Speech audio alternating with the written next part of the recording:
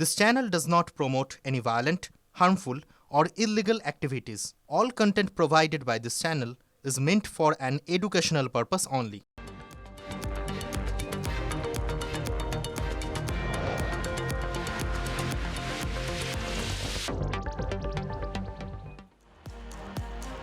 নমস্কার, দেখছেন টিভি9 বাংলা। ব্রেকিং বেঙ্গল নিয়ে আপনাদের সাথে আমি অনির্বাণ, আর আমার সঙ্গে শুভজিৎ। অনির্বাণ, শহর কলকাতার টুকরো ছবি আজকে আমরা দেখাই শুরুতেই।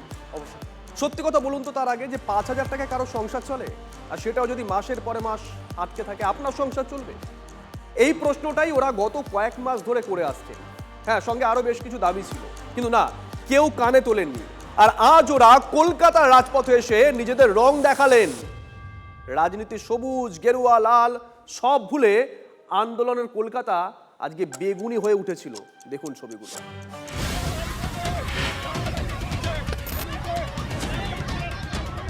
আমাদের কালার একটাই, সেটা হচ্ছে বেগুনি কালার। ভোট এসেছে বলে এখন সবাই সঙ্গে আছে। আমাদের দেয়ালে পিঠ থেকে গেছে, আমরা নির্মম অত্যাচারের শিকার। ভোটের আগে সাধারণত রাজনৈতিক দলগুলোর রঙে রঙিন হয়ে ওঠে শহর। বেগুনি বঙ্গ রাজনীতির রং না হলেও বুধবার কলকাতা জুড়ে বেগুনি বিপ্লব। বাংলায় বেগুনি মানে আশা।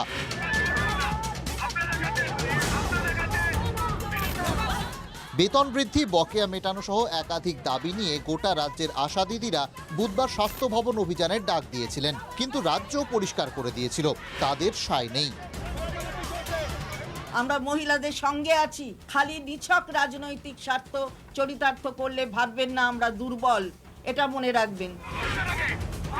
পুলিশও মঙ্গলবার থেকেই অ্যাকশনে। আশাকর্মীদের আশাহত করার সব চেষ্টা। কাউকে কাউকে আটকে দেওয়া হলো বাড়িতে। ম্যাডাম কি কারণে আটকানো হচ্ছে? যেতে দিন ম্যাডাম ওনারা যেতে চাইছেন, ওনাদেরকে কি কারণে আটকানো হচ্ছে ম্যাডাম?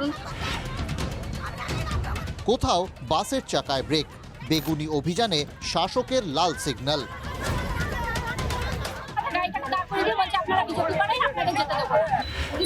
পুলিশ এসে আমাদের গাড়িটাকে আটকে দিল। আমাদের বাস মালিক ফোন করে বললো যে গাড়ি যাবে না। কেন?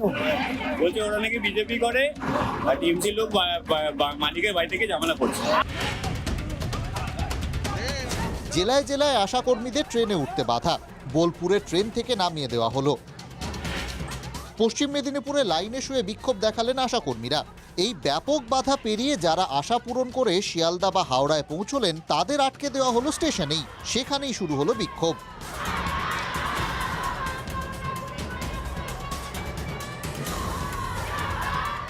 মাঝ রাস্তায় এসে আমাদেরকে ড্রেস চেঞ্জ করতে হয়েছে। ড্রেস চেঞ্জ করে আমরা তারপরে এখানে আসতে পেরেছি। তো বিভিন্ন জায়গায় পুলিশের কাছে আমরা হেনস্থা হচ্ছি।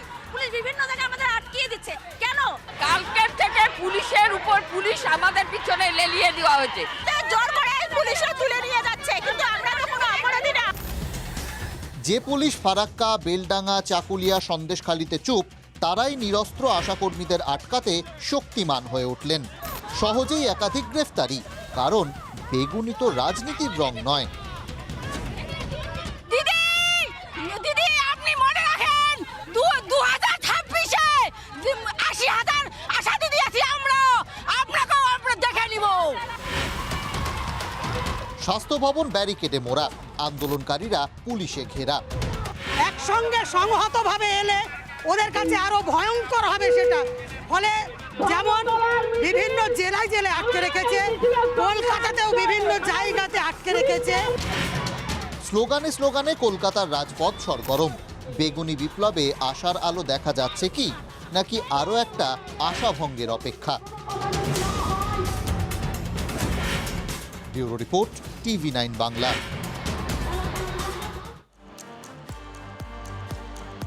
ভোটের মরশুমে রাজনীতির রঙকে চ্যালেঞ্জ জানিয়েছে বেগুনি। এই অবস্থায় বঙ্গ রাজনীতি কি আর দূরে থাকতে পারে? গেরুয়া, সবুজ, লাল, নীল সবাই বেগুনিতে মিশে যেতে মরিয়া। রাজ্যে 80 থেকে 85 হাজার আশাকর্মী, মানে প্রায় 4 থেকে 4.25 লাখ ভোট মরশুমে বেগুনি রাজনীতির আশা।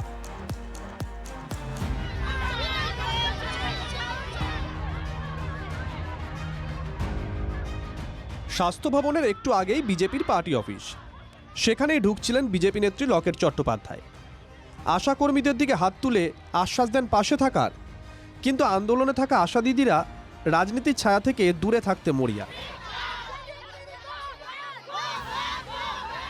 আমরা এই ঘোলা জলে কোনো রাজনৈতিক নেতা নেত্রীকে মাছ ধরতে দেব না। আমরা কোনো রাজনীতির কালাদিকা কাজ করি না। আমরা সবার মধ্যে সমান পরিষেবা দিই। রাজনীতির আশা ভরসা চান না, কিন্তু ভোটের মরশুমে যারা শহরের রংটাই বদলে দিলেন তাদের নিয়ে রাজনীতি হবে না, এটা হতেই পারে না। স্বাস্থ্য ভবন চত্বরে বিরোধী দলনেতা আন্দোলনকারীদের জন্য খাবার পাঠিয়েছিলেন, কিন্তু আন্দোলনকারীরা ফিরিয়ে পাল্টা দাবি জানালেন। ওই দাদা যদি আমাদের সামনে আসে তাহলেই আমরা দাদার খাবার গ্রহণ করতে পারবো। দূর থেকেই পুলিশকে তোপ দাগলেন শুভেন্দু অধিকারী। এটা বর্বর সরকার ছাড়া আর ইতর পুলিশ ছাড়া হয় না। আর কয়েকদিন আছে, এপ্রিল মাসে বিদায় হবে। রাজ্যের স্বাস্থ্য প্রতিমন্ত্রী চন্দ্রিমা ভট্টাচার্য বুঝিয়ে দিয়েছেন, বেগুনির আড়ালে রাজনীতির গেরুয়া বা লাল রং দেখছে রাজ্য। এত কিছু পাওয়ার পরেও, সরকার দেওয়ার পরেও সরকারের বিরুদ্ধে আওয়াজ তোলা, কেন্দ্রীয় সরকারের বিরুদ্ধে আওয়াজ নেই কেন, আমরা জিজ্ঞাসা করতে চাই। রাজ্য সরকার রাজনীতি দেখছে, তাই কি পুলিশও বেগুনিকে বিরোধী দল ভাবছে? পুরুষ পুলিশদেরকে দিয়ে মহিলা আশাকর্মীদের উপর আক্রমণ চালানো হয়েছে। এই রাজ্যের ভেঙে পড়া আইন শৃঙ্খলার এটা আরেকটা উদাহরণ হয়ে থাকে। রাজ্যের শাসক দলের মুখপাত্রের মুখে যদিও নীতি কথা, কিন্তু সব আন্দোলনে, সব বিক্ষোভে নীতি মেনে ব্যবস্থা হয় কি? সরকারের বিরুদ্ধে আওয়াজ যারা তোলেন সেটারও প্রয়োজনীয়তা আছে, এটা কোথাও অস্বাভাবিকতা হিসাবে আমরা দেখি না। আইন শৃঙ্খলা রক্ষার স্বার্থে যেভাবে কাজ করা উচিত পুলিশ প্রশাসন সেইভাবেই কাজ করবে। বুধবার কলকাতাকে বেগুনি রঙে মুড়ে রাজনীতির টনক নাড়িয়ে দিয়েছেন আশা দিদিরা। বৃহস্পতিবার রাজ্যে ধিক্কার দিবস পালন করবেন তারা।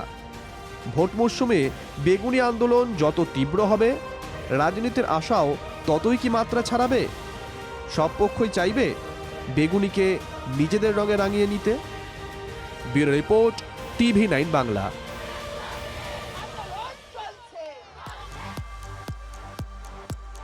ফলের রাজা আম, আর মালদার আম মানে ইতিহাস।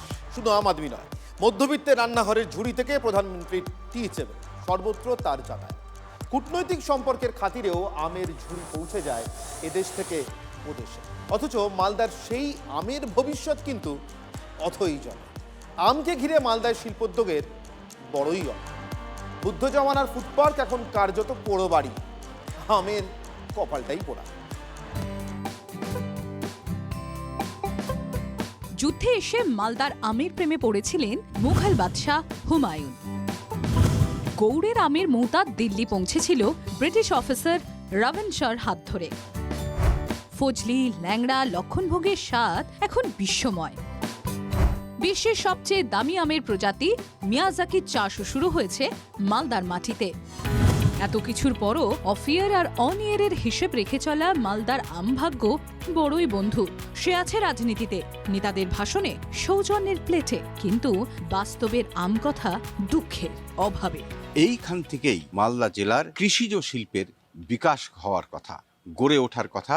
আম নিয়ে গবেষণা এবং শিল্প। এখন এই ফুড পার্ক ধ্বংস হতে হতে ক্রমশই বিলুপ্তির পথে। বুদ্ধদেব ভট্টাচার্য তখন মুখ্যমন্ত্রী। তার চেষ্টায় 2004 সালে 17 কোটি টাকা খরচে মালদায় 40 একর জমির উপরে তৈরি হয় ফুড পার্ক, হিমঘর ও প্যাকিং হাউস। কিন্তু এখন ফুড পার্ক যেন খণ্ডহর, ন্যাড়া হচ্ছে গবেষণার জন্য রাখা আম গাছ। মালদার আম নিয়ে শিল্প তো দূর অস্ত, মালদার আম যে তিমিরে ছিল সেই তিমিরে রয়েছে একথা বললেও হয়তো ভুল বলা হবে, কারণ আম বাগানই তো উধাও হয়ে যাচ্ছে। সেই অর্থে বড় ডেভেলপমেন্ট হয়নি। আগামী দিনে আমকে কেন্দ্র করে আরও বড় বড় ইন্ডাস্ট্রি গড়ে উঠুক, প্যাক হাউস, কোল্ড চেন, এয়ারপোর্টের মাধ্যমে বিভিন্ন জায়গায় যাক, এটাই আমাদের আগামী দিনের ভবিষ্যৎ হবে। নামে আম, কিন্তু স্বাদ গন্ধে অসাধারণ, তাই তো সে ফলের রাজা। কিন্তু বাস্তবের মাটিতে তার গুরুত্ব কোথায়? যেখানে শিল্প হওয়ার কথা সেখানে সেই সিঙ্গুর ধাঁচের মতোই হচ্ছে। রাজ্য সরকার এবং কেন্দ্রীয় সরকার সবাই মিলে যদি এটাকে চেষ্টা করে, Malda merchant chamber of commerce সব রকম সহযোগিতার হাত বাড়াবে। মালদায় প্রায় 82,000 একর জমিতে আম চাষ হয়। সরাসরি যুক্ত 5 লক্ষ কৃষক। প্রতি বছর 3.5 থেকে 4 লক্ষ মেট্রিক টন আমের ফলন হয় মালদায়। কিন্তু আন্তর্জাতিক বাজারে তা পৌঁছয় কতটুকু? 2004 সালে নেওয়া উদ্যোগ যেখানে থেমে গিয়েছিল, সেখান থেকে কতটা এগোতে পেরেছে আজকের সরকার? উত্তর মালদার সাংসদ তার এলাকার মধ্যে তো পড়ে, তারা দোষ দিচ্ছে রাজ্য সরকার ডিপিআর দেয়নি। তারা কি করছিলেন? ভোটের সময় মানুষকে বারবার করে এইসব কথা মনে করানো, বলা, ভোটটা নেওয়া এবং তারপরে আবার নিজের মতন চলা। মালদহের পড়শি রাজ্য বিহারের মাখানা চাষকে গুরুত্ব দিয়ে প্রকল্প ঘোষণা করেছিলেন মোদি। মালদার আমের জন্য প্রধানমন্ত্রী দরাজ আশ্বাস দিয়ে গিয়েছেন। সেই তরজাতেই প্রশ্ন উঠছে, 2021-এ তৃণমূলকে তো আম আর আমসত্ত্ব দুই দিয়েছিল মালদা, তারপর কি হয়েছে? পশ্চিমবঙ্গ সরকার যেটা বলছে বারে বারে যে তারা শিল্পের করবে, কর্মসংস্থান করবে, কিন্তু তার তো কিছু আমরা দেখতে পাচ্ছি না। উল্টো যেখানে যেখানে কর্মসংস্থান করার প্রক্রিয়া শুরু হয়েছিল, সেই প্রক্রিয়াগুলো সমস্ত বন্ধ হয়ে গেল। রাজনৈতিক গিমিক ছাড়া আর কিছুই না। নরেন্দ্র মোদীর জন্য কয়েক একর লেখা দিয়ে রেখেছে মমতা ব্যানার্জি। একটা জায়গা দেখিয়ে দিবেন যে তিনি কিছু করেছেন। সরকারি আম বাগানেও আর আম ধরে না। আম ফলছে এখন শুধু ভোটের বাজারে, আর সেই আম নিয়েই এখন টানাটানি চলছে শাসক বিরোধী সব শিবিরেই। মালদা থেকে ক্যামেরায় মুজিবরের সঙ্গে শুভতোষ, TV9 বাংলা। দেখুন, রাজ্য জুড়ে তৃণমূল নেতাকর্মীদের মুখে এখন রণসংকল্প সভা।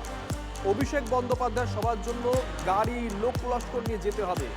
আর সেই সংকল্প ঠেলায় তো রাস্তায় বেরিয়ে নাস্তানামু ধরার অবস্থা সাধারণ মানুষের। দেখুন ছবিগুলো। মিটিং আছে, সেই জন্য বাস বন্ধ।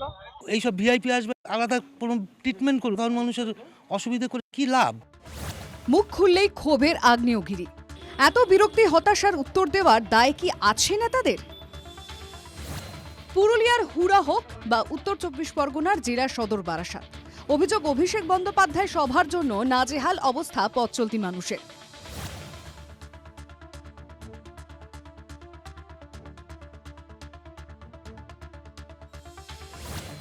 পুরুলিয়া বাসস্ট্যান্ডে এভাবেই বাক্স প্যাটরা নিয়ে বসে আছেন শয়ে শয়ে মানুষ। বাসই তো কার্যত নেই। বুধবার পুরুলিয়ার হুড়ায় অভিষেকের রণসংকল্প সভা। পুরুলিয়ার বাস মালিকদের সংগঠনের হিসেব বলছে 450 বাসের মধ্যে 400 বাস তুলে নেওয়া হয়েছে। মেরে কেটে চলছে গোটা 50 বাস। রোদ ততটা চড়া না হলেও বাস না পেয়ে মাথা গরম হয়ে যাচ্ছে অনেকেরই। বাস বলছে সবাই যে মিটিং এ বাসে চলে যাচ্ছে, বলছিল অভিষেক ব্যানার্জি আসবে নাকি মিটিং এ। রাজনৈতিক সভা হলে প্রত্যেক রাজনৈতিক দলই আমাদের কাছ থেকে গাড়ি নেয়, স্বাভাবিকভাবে আমরা তো আর সেখানে বাধা দিতে পারি না। ওনাদের প্রয়োজন ওরা নিয়েছেন। রণসংকল্প সভার দৌলতে বুধবার পুরুলিয়ায় বাস ভ্যানিশ। বারাসাতেও সভার সময় রাস্তায় বেরিয়ে হারে হারে যন্ত্রণা টের পেয়েছেন এলাকাবাসী। সাধারণ মানুষ তারা বলছেন, কেউ এসআইআর এর শুনানির জন্য বিডিও অফিসে গেছেন, কাজ মিটে গেছে আধ ঘন্টায়, কিন্তু ফিরে আসতে হয়েছে 2.5 ঘন্টা ধরে। অর্থাৎ গোটা বারাসাত যানজটে স্তব্ধ হয়ে গেছে। আমি একটা কাজে গেছি, সেখানে 2.5 ঘন্টা রাস্তায় যদি আটকে থাকি, এইসব ভিআইপি আসবে, আলাদা কোনো ট্রিটমেন্ট করবে, আমাদের সাধারণ মানুষের অসুবিধা করে কি লাভ? জ্যাম ছিল, পুলিশ অকারণে রাস্তাগুলো ব্যারিকেড দিয়ে আটকে দিয়েছিল, লোকজনের যাতায়াত করতে খুবই অসুবিধা হয়েছে। পথ চলতি মানুষের দাবি, নিরাপত্তার নামে বাড়াবাড়ি হয়েছে। নিরাপত্তা বাহিনী রাখার জন্য বেশ কিছু স্কুল কেন ছুটি দেওয়া হয়েছে তা নিয়ে প্রশ্ন তুলেছে বিরোধীরা। তবে তৃণমূল বলছে সব নাকি ঠিক ছিল। কে এসছেন যে যাতে স্কুল বন্ধ রাখতে হচ্ছে? পুলিশ প্রশাসন যেভাবে কালকে তৎপরতা দেখিয়েছেন, প্রাইম মিনিস্টার আসলেও তো মনে হয় এত তৎপর পুলিশ থাকেন না। পুলিশ প্রশাসন নির্লজ্জভাবে যেভাবে লাইন গার্ড করে যেভাবে রাস্তা আটকে দিয়েছিল, যেভাবে সাধারণ মানুষকে হয়রানি করেছে, এটা কখনোই মেনে নেওয়া যায় না। আমার কাছে যা খবর আছে তাতে যশোর রোড একদম পুরো উন্মুক্ত ছিল, প্রশাসন খুব সক্রিয় ছিল, মানুষকে সেরকম অসুবিধার মধ্যে পড়তে হয়নি। সংকল্প মানে প্রতিজ্ঞা বা শপথ। শাসকের রণসংকল্প কি শেষমেশ মানুষ ভোগানোর শপথ হয়ে গেল? তপন হালদার ও দীপঙ্কর দাসের রিপোর্ট, TV9 বাংলা। দেখুন, খবর তো আমরা দেখাতে থাকবো, খবর দেখাবোই, কিন্তু অনির্বাণ একটু আগে জানো তো একটু নিচে নেমেছিলাম, জমিয়ে ঝালমুড়ি খেলাম। শুধু ঝালমুড়ি না, শুধু ঝালমুড়ি না, সঙ্গে সিঙ্গারা ছিল, আর ফেরার সময় একজন পিঠে এনেছিল, পিঠে খেলাম। আচ্ছা, সন্ধ্যায় নিশ্চয়ই আমাদের মতন আপনাদের অনেকের মনের মধ্যে ওই মুড়ি মুড়ি ডাক দেয়, তাই না? কিন্তু মুড়ির সঙ্গে কত রকম ব্যঞ্জন থাকতে পারে বলুন তো। বাঁকুড়ার দ্বারকেশ্বরের পারে এই মুড়ি প্রেম নিয়ে আজ তো একটা উপন্যাস লেখা হয়ে যাবে। দেখুন, কেউ বাড়িতে, কেউ আড্ডায় মুঠো মুঠো মুড়ি শেষ করে ফেলেন। কিন্তু একসঙ্গে এত মুড়ি, সঙ্গে কি নেই? কেউ মুড়ি মাখার জন্য গামছা, চাদর পাতে, কেউ আবার ব্যাগ থেকে বের করেন তেল, চানাচুর, ধনেপাতা, শসা, লঙ্কা, টমেটো, আরও কত কি। বাঁকুড়ার কেঞ্জাকুড়ায় মুড়ি নিয়ে আবেগ উৎসবের চেহারা নিয়েছে বহুদিন। দ্বারকেশ্বরের চরে বালিতে গর্ত করে জল তুলে তা ছিটিয়ে রসিয়ে পরিবার পরিজন নিয়ে মুড়ি খান অনেকে। বাঙালি বাড়িতে মুড়ি খাওয়া এক প্রকার রীতি। বাঁকুড়ায় সেই রীতি মেলার চেহারা নিয়েছে। দ্বারকেশ্বরের পাড়ে বসে জমিয়ে মুড়ি খেলেন অগুন্তি মানুষ। এই এত লোকজন বাড়িতে বসে মুড়ি খাওয়া অসাধারণ। হ্যাঁ, কারণ মুড়ির সাথে এত রকম জিনিস দিয়ে বাড়িতে খাওয়া যায় না, কারণ বাড়িতে খুব অল্প সময় থাকে। এখানে টাইম ধরে এতক্ষণ ধরে বসে মুড়ি খাওয়া ধরনের এক্সপিরিয়েন্স লাইফে ফার্স্ট টাইম আমার জন্য। এরপর কি মনে হয় প্রতি বছর? এরপর মনে হয় আমি প্রতি বছর আসবো। চুয়া করে জল বার করলাম, সেই জল দিয়ে আমরা কিন্তু খেলাম মুড়ি। বাঁকুড়াবাসীর মুড়ি প্রীতির কথা নতুন নয়, তা নিয়ে রয়েছে নানা গল্প কথা। শতকের পর শতক ধরে চলা কেঞ্জাকুড়ার মুড়ি মেলা জেলার আলাদা পরিচিতি দিয়েছে। সারাদিন মুড়ি খেলো, আশ্রম কমিটির থেকে আমাদের ব্যবস্থা হয় দুপুরবেলা খিচুড়ি, সারাদিন খেয়ে আনন্দ ফুর্তি করে বাড়ি যায়। জাতীয় মেলা ঘোষণা করা হয়, তার জন্য একটু সরকার পক্ষের কাছে অনুরোধ। তৃপ্তি করে মুড়ি খেতে খেতে গল্প, গুজব, আড্ডা, সেলফি। সারা বছর আড়ালে থাকা সঞ্জীবনী ঘাট প্রাণ পায় মুড়ি মেলায়। বাঁকুড়া থেকে হীরক মুখোপাধ্যায়ের রিপোর্ট, TV9 বাংলা। ফিরে এলাম ব্রেকের পর। 26-এর ভোটের আগে WBCS এক্সিকিউটিভ ক্যাডারে বড় রদবদল, বাড়ল যুগ্ম এবং বিশেষ সচিব পদ। দীক্ষা ভুঁই আমাদের সঙ্গে রয়েছেন। দীক্ষা, কতগুলো নতুন পদ তৈরি হচ্ছে, 1 আর 2 নম্বরের কারণটা কি? দেখো, এই বাড়ানোর কথাটা কিন্তু অনেক আগেই ছিল, কিন্তু তখন বাড়ানো হয়নি।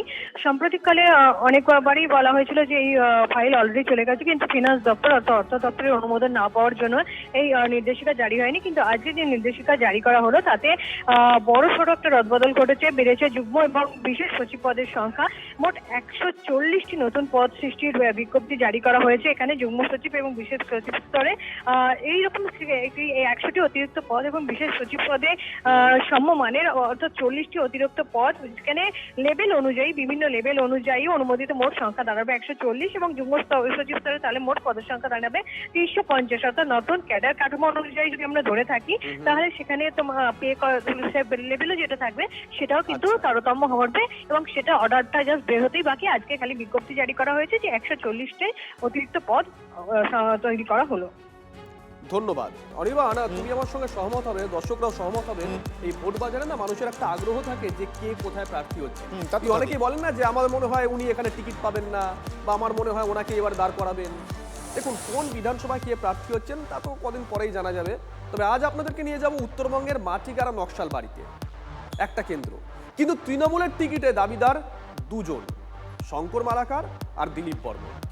নেতৃত্ব কেন তাদের টিকিট দেবে মন খুলে দুজনেই যুক্তি দিচ্ছেন। আর এসব দেখে বিজেপি বিধায়ক আনন্দময়ের আনন্দ আর ধরছে না।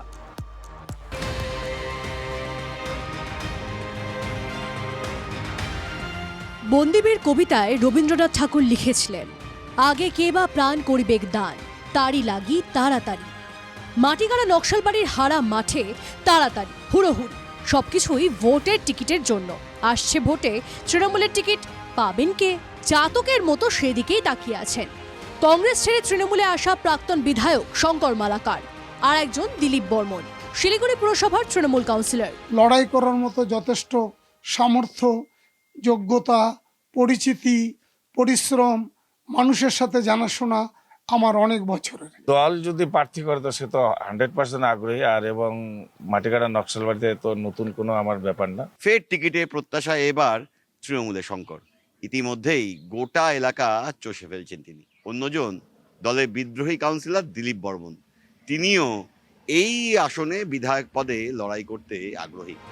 মাটিগাড়া নকশালবাড়ি বিধানসভা কেন্দ্রটি এসসি বা তফসিলি জাতির জন্য সংরক্ষিত। 2011 ও 2016 পরপর দুবার এই কেন্দ্রে কংগ্রেসের টিকিটে নির্বাচিত হন শঙ্কর মালাকার। 2021-এ হারেন বিজেপির আনন্দময় বর্মনের কাছে। দলবদলের পরে এবারও কি টিকিটের আশায় আছেন শঙ্কর? দলের কাঁটা সব দলেই থাকে, এই কাঁটাকে অতিক্রম করে আমি 2বার বিধায়ক হয়েছি। মমতা ব্যানার্জি যথেষ্ট আশীর্বাদ সমর্থন আমার প্রতি আছে, অভিষেক ব্যানার্জির যথেষ্ট বিশ্বাস আমার প্রতি আছে। টিকিট প্রত্যাশায় শঙ্কর পুরোদস্তুর দার্শনিক। ওদিকে সংগঠনে অভিষেকপন্থী বলে পরিচিত দিলীপ বর্মন মাসখানেক আগে শিলিগুড়িতে নিজেদের পুরবোর্ডের বিরুদ্ধে দুর্নীতির অভিযোগ তুলেছিলেন। এসবের পরে ইচ্ছে ঠাকুরন কি দিলীপের বিধানসভার টিকিটের আশা পূরণ করবেন? শঙ্কর মালাকার ভালো প্রার্থী না আপনি ভালো প্রার্থী? সেটা তো আমি বলতে পারবো না, সেটা জনগণ বলবে। কাকে দাঁড় করালে ভালো হতে পারে? না, কাকে দাঁড় করালে, যদি আমি প্রার্থী হতে চাইতাম আমি তো কাউকে তো ভালো বলবো না। বলবো কি 2021-এ গোটা বাংলার মধ্যে বিজেপি এই কেন্দ্র থেকে সর্বাধিক ব্যবধানে জিতেছিল। 2024-এর লোকসভা ভোটেও দার্জিলিং লোকসভার অন্তর্গত এই কেন্দ্রে লক্ষাধিক ভোটের ব্যবধানে তারা এগিয়ে। প্রতিপক্ষ শিবিরের টিকিটের টানাপোড়েন দেখে ভারী আনন্দময়ের। এবার লক্ষাধিক ভোটের মার্জিন হবে এটুকু নিশ্চিত, কারণ এখানটায় আপনি তৃণমূলের যারা একেবারে নিচু স্তরের মানুষ আছে তারা কেউই না তো শঙ্কর মালাকার না তো দিলীপ বর্মন বা তৃণমূল থেকে যেই দাঁড়ান না তারা পছন্দ করবে না, আর তারা নিশ্চিতভাবে আর এখানটাতে বিজেপির সঙ্গেই থাকবে। শঙ্কর ও দিলীপ এক কেন্দ্রের দুই টিকিট প্রত্যাশী, কিন্তু ভোটের মাঠে এই দুজনের মাঝখান দিয়ে অন্য কেউ গোল করে থুড়ি টিকিট নিয়ে চলে যাবেন না তো? কানু সান্যালের এলাকায় চায় পে চর্চার মুখরোচক বিষয় এখন এটাই। শিলিগুড়ি থেকে প্রসেনজিৎ চৌধুরীর রিপোর্ট, TV9 বাংলা।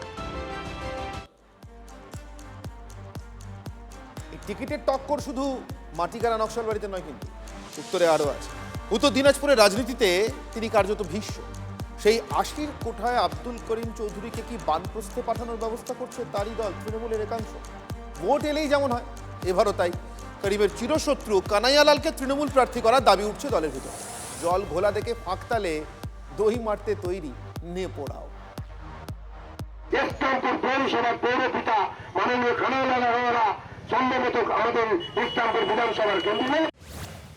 জোড়াফুলের জমানায় যেখানে তৃণমূল নেতারা অনেক ধমকেও জোড়া লাগেন না, তার নাম ইসলামপুর। এখানে শীত গ্রীষ্ম বর্ষার মতো তৃণমূলে খেয়ে যেন বছরভর। নির্বাচনের গন্ধ পেলে তাতে আরও জল হাওয়া লাগে। একদিকে আব্দুল করিম চৌধুরী, অন্যদিকে কানাইয়ালাল আগরওয়াল। গত কয়েক দশক ধরে উত্তর দিনাজপুরের এই বিধানসভা আর করিম চৌধুরী বিধায়ক যেন সমার্থক। উত্তরবঙ্গে তিনিই প্রথম তৃণমূল বিধায়ক, বর্তমানে তিনি ইসলামপুরের বিধায়ক। সেই সিটিং এমএলএকে সরিয়ে নতুন মুখ আনার দাবি টানা করে চলেছেন জেলা সভাপতি কানাইয়ালালের চেলা চামুন্ডারা। আমাদের পিতা সমান কানাইয়ালাল যেভাবে মানুষের পাশে, দলের পাশে যেভাবে যতটা টাইম দেন, 100% আশাবাদী এবার ইসলামপুরে আমরা একটা নতুন মুখ পাবো। কখনো কংগ্রেস, কখনো নির্দল হিসেবে 1967 থেকে টানা 20 বছর ইসলামপুরের বিধায়ক ছিলেন করিম চৌধুরী। 1987, 2006 ও 2016 বাদে প্রতিবার জিতেছেন। এই কেন্দ্রে তিনি 11 বারের বিধায়ক। একই আসন থেকে এত দীর্ঘ সময় জেতার রেকর্ড যাঁর দখলে, তাকেই সরাতে আগে ভাগে নেমে পড়েছেন কানাইয়ালাল পন্থীরা। করিম চৌধুরী সাহেব যে কোনো পরিস্থিতিতেই উনি খুব তাড়াতাড়ি সারেন্ডার করে যান। যেভাবে পদক্ষেপ নিতে হবে সেই পদক্ষেপ নেওয়ার ক্ষমতা একমাত্র কানাইয়ালাল আগরওয়ালেরই আছে। তাৎপর্যপূর্ণ বিষয় হলো, যাদের করিম চৌধুরী হাত ধরে রাজনীতিতে এনেছেন তারাও করিমের বয়স দেখিয়ে সুযোগ নিতে চাইছেন। কেউ বলছে কানাইয়া প্রার্থী হবে, কেউ বলছে করিম প্রার্থী হবে, আবার লড়াইটা ত্রিমুখী হবে এরকমও ভাবা যাচ্ছে, কারণ করিমের একজন পন্থী অর্থাৎ শিষ্য বলে পরিচিত তিনি বলছেন সে নাকি প্রার্থীর দাবিদার। যদি কোনো নতুন মুখ যদি দল চায় কিনে দরকার আছে, সে জায়গায় 1998 থেকে তো আমিও আছি। তার টিকিট কাটতে দলের একাংশ হৈ হৈ করে মাঠে নেমে পড়লেও করিম কিন্তু চুপ। তবে প্রবীণ বিধায়কের অনুগামীরা কিন্তু মনে করিয়ে দিচ্ছেন, খেলা এখনো অনেক বাকি। টাউন প্রেসিডেন্ট প্রার্থী ঠিক করবে তৃণমূলের, এরকম তো আগে দেখিনি কখনো। আমাদের চাওয়া না, মানুষ ভোট দেয়, মানুষ করিম চৌধুরীকে ছাড়া কাউকে চায় না। ইসলামপুর বিধানসভাতে কে প্রার্থী হবে সেটা দল ঠিক করবে। আমাদের জেলাতে কেউ কারো পন্থী না, সব তৃণমূল কংগ্রেস করে, সব তৃণমূল পন্থী। কখনো তৃণমূলের নির্দেশ উড়িয়ে পঞ্চায়েত ভোটে নির্দল প্রার্থী দাঁড় করিয়েছেন, কখনো হুঁশিয়ারি দিয়েছেন খোদ দলনেত্রী মমতা বন্দ্যোপাধ্যায়কে। সেই করিমের সকালের বিদ্রোহ বিকেলে থেমে গেছে বারবার। এবার কি নতুন কোনো কেরামতি দেখাবেন করিম, নাকি পাকাপাকিভাবে রাজনীতি থেকে এবার অবসর নেবেন ইসলামপুরের ভীষ্ম? উত্তর দিনাজপুর থেকে বিশ্বরূপ বিশ্বাসের রিপোর্ট, TV9 বাংলা। তৃণমূল পরিচালিত জঙ্গিপুর পুরবোর্ড ভেঙে দিয়েছিল রাজ্যের পুর দপ্তর। আদালতে ধাক্কা খেল রাজ্যের সিদ্ধান্ত। কলকাতা হাইকোর্টের রায়ে জঙ্গিপুর পুরসভায় পুরনো বোর্ডই বহাল থাকলো। পুনর্বহাল করা হলো পুরসভার চেয়ারম্যান মফিজুল ইসলাম ও ভাইস চেয়ারম্যান সন্তোষ চৌধুরীকে। বোর্ড ভাঙার পরে রীতিমতো উৎসব করেছিলেন জঙ্গিপুরের তৃণমূল বিধায়ক জাকির হোসেন। রায়ের পর নাম না করে কার্যত তাকেই নিশানা করেছেন গত বোর্ডের চেয়ারম্যান। সরকারের বিরুদ্ধে কেস হয়েছে, কিছু কালপিটের এগনেস্টে কেসটা হয়েছে। এখানে কিছু হিটলার আছে, তারা মিথ্যা কথা বলে একটা বোর্ডকে কলঙ্কিত করার চেষ্টা করেছে, তার এগনেস্টে আমি কেস করেছি। তৃণমূলের উন্নয়নের পাঁচালী কর্মসূচি চলাকালীন বিজেপির বিরুদ্ধে হামলার অভিযোগ, জখম তৃণমূলের উপপ্রধান। উত্তেজনা কোচবিহারের পুঁটিমারি ফুলেশ্বরী এলাকায়। তৃণমূল নেতৃত্বের অভিযোগ, দলের কর্মসূচি চলার সময় পরিকল্পিতভাবে বিজেপি মণ্ডল সভাপতির বাড়ি থেকে হামলা চালানো হয়। হামলায় গুরুতর আহত উপপ্রধান তহিদুল ইসলাম। রক্তাক্ত অবস্থায় তাকে উদ্ধার করে কোচবিহার মেডিকেল কলেজে ভর্তি করা হয়। খবর পেয়ে হাসপাতালে যান জেলা তৃণমূল কংগ্রেসের সভাপতি অভিজিৎ দেব ভৌমিক। হামলার ঘটনা অস্বীকার বিজেপি।